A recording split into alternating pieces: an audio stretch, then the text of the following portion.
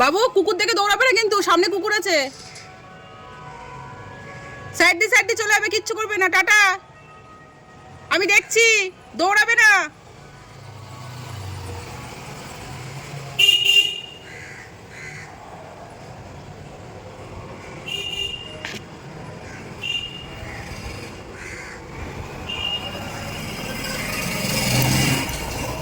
বাবা, আমার মেয়ে ছাউচ হয়ে গেছে।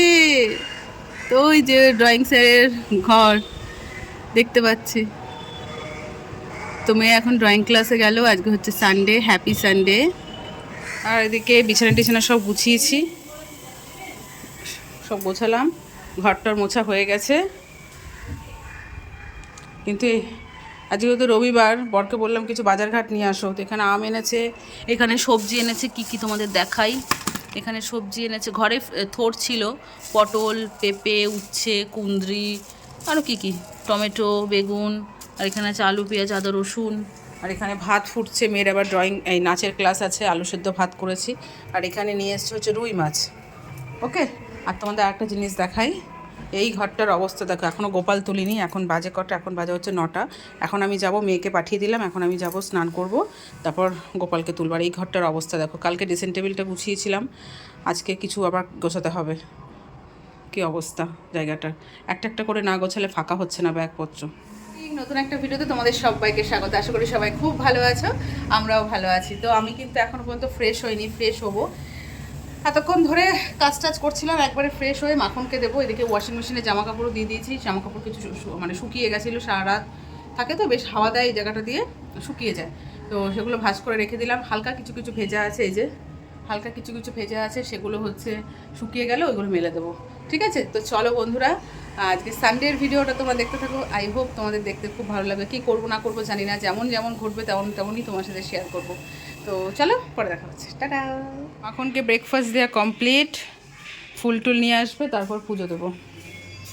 আর এখন এই ঠাকুরের বাসনগুলো মেজে রাখবো, মেজে তারপর যাবো রান্নাঘরে। মেয়ে আসার সময় হয়ে গেল, 9:45 বাজে। মেয়ে আসছে ড্রয়িং ক্লাস থেকে।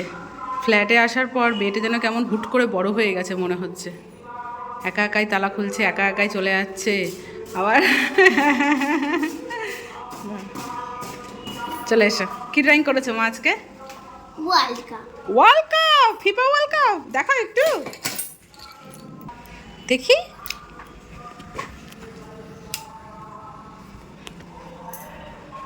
বলি বাবা, এটা কি মেসি? মেসি বসে আছে, মন খারাপ, হেরে গেছে। FIFA World Cup. নাও ড্রেস চেঞ্জ করো, আমি বেগুন ভাজা করে দিচ্ছি, ভাত খেয়ে নাও। ঠিক আছে? নাচের জামা প্যান্টটাই খুঁজছি, জুতো ব্যাগ সব পেয়েছি, এখন সব এলোঝেলো না, কোথায় রেখেছি, কোন ব্যাগে ঢুকিয়েছি, কিছুই মনে পড়ছে না। ঠিক আছে, তুমি খেতে থাকো, আমি খুঁজছি, তোমার জামাটা খুঁজছি। আর বাবাকে একটু ফোন করো তো, বাবা সে নতুন পুরোনো বাড়িতে গেছে পয়সা করতে, দেখা যাক, ফোন কর। বেল বেজেছে? হ্যাঁ, বাজেনি। উনি আছেন, ওনাকে অনুরোধ করবো, এই রক্তদানের বিশেষ ভূমিকা উনি পালন করে প্রতি বছর। আপনাকেও অনুরোধ করবো, আরো যারা এখানে আছেন তাদের প্রত্যেককে অনুরোধ করবো। হ্যাঁ, তো এখন হচ্ছে এই যে ওয়াশিং মেশিনে জামা কাপড়গুলো মেলে দেবো। এগুলো মোটামুটি সব শুকিয়ে গেছে। বন্ধুরা, রেডি হয়ে বেরোচ্ছি, মেয়েকে আনতে যাচ্ছি। নাচের ক্লাস থেকে অনেকটাই দেরি হয়ে গেছে, সারতে সারতে এখনও সারা ঠিক মতো হয়নি, রান্নাটা শুধু করেছি। তো চলো, এসে তারপর কথা বলছি। কেমন নাচের ক্লাস থেকে ফ্ল্যাটে ঢুকবো, তখন আইসক্রিম যাচ্ছে, মা আইসক্রিম কিনে দাও, মা আইসক্রিম কিনে দাও। একটা কিনলাম অরেঞ্জ, এই অরেঞ্জ মানে বরফ দিয়ে যে আইসক্রিমগুলো হয় না, অরেঞ্জ ম্যাঙ্গো, আমার খুব ভালো লাগে।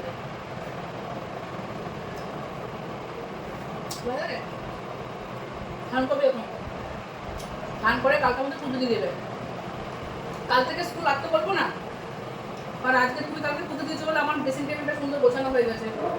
আজকে যদি পুজো দেয়, আজকে আমি আরও এক্সট্রা আরেকটা কাজ করতে পারবো। আজকে ফ্রিজটা করবো, ফ্রিজটা বসে করবো। তো আমাদের এখানে আজকে হচ্ছে রক্তদান শিবির হচ্ছে। খুব রোদ যাচ্ছে রক্ত।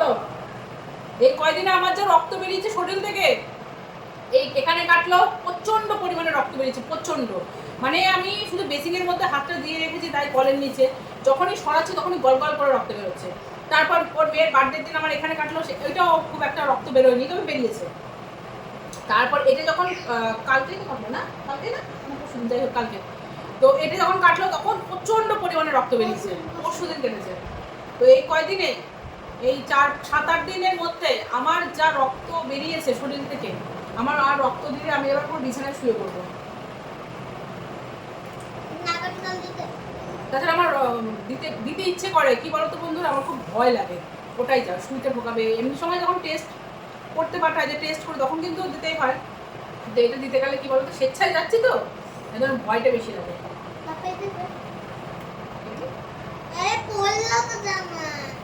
চলো আইসক্রিমটা খেয়ে মেয়ে পুজো দেবে, আর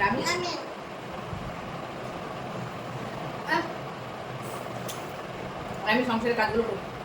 তিনটে মেয়ে এখানে পুজো দিচ্ছে, পুজো দাও বাবা, কপালকে সুন্দর করে মুছিয়ে দাও। আর আমি হচ্ছে একটু গ্যাসের এই জায়গাটা একটু সুন্দরভাবে ডেকোরেশন করলাম। কী বলতো, চিমনি যতই থাক তবুও যেন মনে হচ্ছে এখানে যেহেতু মাইক্রোওভেনটা আছে না, এই জানলা দিয়ে হাওয়া এসে চিমনিতে উঠবে কি এদিকেই চলে যায়। তো 2 দিন হয়েছে তোমার মাইক্রোওভেনটা আনা হয়েছে, তাতেই মনে হচ্ছে না তেল তেল করছে। তো প্রতিদিনই রান্নার পরে একটু একটু করে না মুছলে হবে না। তো এই জায়গাটা, এই গ্যাসের এই পাশটা সুন্দর করে একটু ডেকোরেশন করলাম, দেখতে সুন্দর লাগবে। আর বাসন মাজা কমপ্লিট, হ্যাঁ আসছি। আর ফলের ঝুড়িটার মধ্যে ফল রেখেছি সঙ্গে, মেয়েকে আনতে যাওয়ার সময় টাকাটা রেখেছে সামনে, নিতে ভুলে গেছি। আর আজকে রান্না করেছি ভাত, আর এখানে আছে হচ্ছে আলু পটল দিয়ে মাছের ঝোল, এখানে আছে আলু দিয়ে থোড় ঘন্ট আর উচ্ছে ভাজা। এই হচ্ছে মেনু। এখন এই যে ফ্রিজের জিনিসগুলো সুন্দর করে গোছাবো, কারণ ফ্রিজটা পুরো অবস্থা খুব খারাপ, পরিষ্কার টরিষ্কার করতে হবে। ওকে, তো চলো করে ফেলি। বাবু ধরেছিস মাছ? কই, কোথায় দেখা? হ্যাঁ সাবাস, হেরিদা কটা ধরলে, কটা ধরলে? রূপচাঁদ পেয়েছো? রূপচাঁদ, আমি ঠিক রূপচাঁদ পেয়েছে বাবা?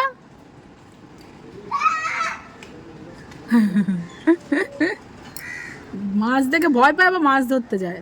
চল এই কিরে, সুইমিংয়ে যাবি না? তো বৌদি বাড়িতে চলে এসেছি রথের ঘুগনি আর পাঁপড় ভাজা খেতে। বৌদির চামচ আবার ফ্রিজে থাকে।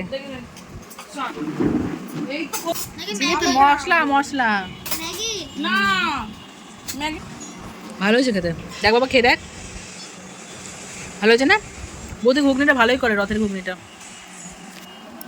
রথ চলে গেছে, পরে খাচ্ছি। আমাদের জন্য, এই রূপার জন্য, শুক্রবার পড়েছে, রূপা খেতে পারেনি বলে তাই। হ্যাঁ সোজা রথে আমাদের গৃহপ্রবেশ ছিল না, তাই ঘুগনিটা এতটাই টেস্ট হয়েছে, আমার মেয়ে বলছে দোকানের থেকে ভালো। তো দেখো এখানে 1 থালা পাঁপড় ভাজা দিয়েছে। আমরা প্রত্যেক বছর রথের মেলায় আসি বৌদির কাছে, মানে রথের দিন আসি পাঁপড় ভাজার ঘুগনি খেতে। এখন বাজে হচ্ছে রাত্রি 10:30। তো তোমাদের বললাম যে ফ্রিজটা পরিষ্কার করব, মেয়ে পুজো দিচ্ছিলো, আমি পরিষ্কার করব।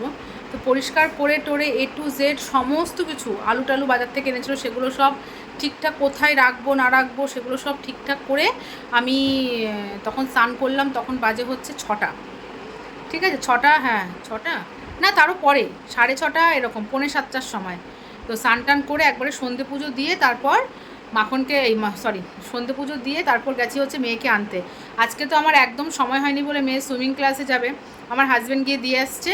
আমি যে তুই যা, গিয়ে ম্যামকে বলবি মা যতক্ষণ না আসছে ততক্ষণ আমি যেন মানে জলে সুইমিং করি। তো বলেছে যথারীতি। তারপর আমি গেলাম, গিয়ে তারপর মেয়েকে নিয়ে আসলাম। তারপর পিয়াদের বাড়িতে গেলাম, পেঁদে থেকে ঘুগনি এসব খেয়েছে, এখন পেট পুরো একদম ফুল হয়ে গেছে। যা ভাত আছে মাছ আছে সেগুলো মোটামুটি হয়ে যাবে, আর কিচ্ছু রান্নাবান্না করবো না। আজ কত বাসন ধুয়েছে তোমাদের একটু দেখায়, দাঁড়াও। আর এখানে জামাকাপড় সব শুকিয়ে গেছে, জামাকাপড়গুলো সব ভাঁজ করছিলাম। কালকে স্কুলের মেয়ের ড্রেসটা পরিষ্কার মানে এক জায়গায় করে রাখলাম। এদিকে বৌদি আবার ঘুগনি দিয়ে গেছে, সরি কি ভুলভাল বলছি আমি, মানে পাঠিয়ে দিয়েছে। আর এখানে মেয়ে কি করছে দেখো, আমার মেয়ে হচ্ছে এখানে স্কুলের ব্যাগ, টিউশন ব্যাগ গোছাচ্ছে, আর এই ঘরটা আস্তে আস্তে পরিষ্কার হচ্ছে, চেষ্টা করছি। আর এখানে এই দেখো ফ্রিজটা তখন পরিষ্কার করেছি সুন্দর করে, যা নোংরা হয়েছিল তোমাদের কি বলবো। খাবারগুলো সব বের করে রাখি, কালকে আবার সোমবার, নিরামিষ, এখন সব শেষ করতে হবে।